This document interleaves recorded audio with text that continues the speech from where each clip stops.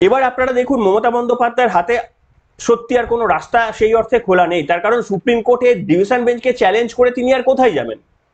এটা তো কার্যত ফাইনাল রুল। বিকাশ রঞ্জন ভট্টাচার্য বলছেন যে মমতা বন্দ্যোপাধ্যায় এই রায়কে চ্যালেঞ্জ করে সুপ্রিম কোর্টে যেতে পারবেন না, যদিও তিনি আইনি দিক বিচার বিবেচনা করবেন। তিনি আর কি করতে পারেন? এই জনকল্যাণমূলক প্রকল্পগুলোকে কাটছাটটাকে করতে হবে।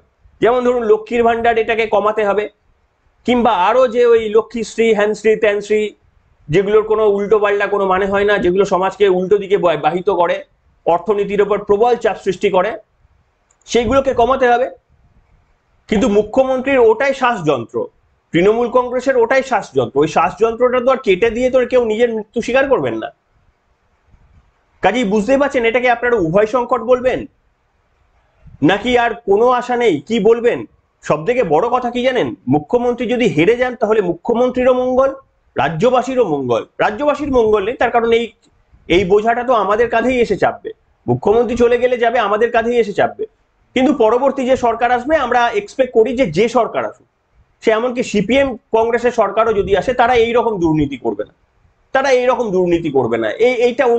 এটা অন্য, মানে এটার কোনো ক্লাস নেই। সিপিএম কংগ্রেস আসলে কোনোদিনই এই রকম দুর্নীতি করবে না আমাদের রাজ্যে। কংগ্রেস তো আসবে না, সিপিএম এত বড় দুর্নীতি করে যায়নি 34 বছরে।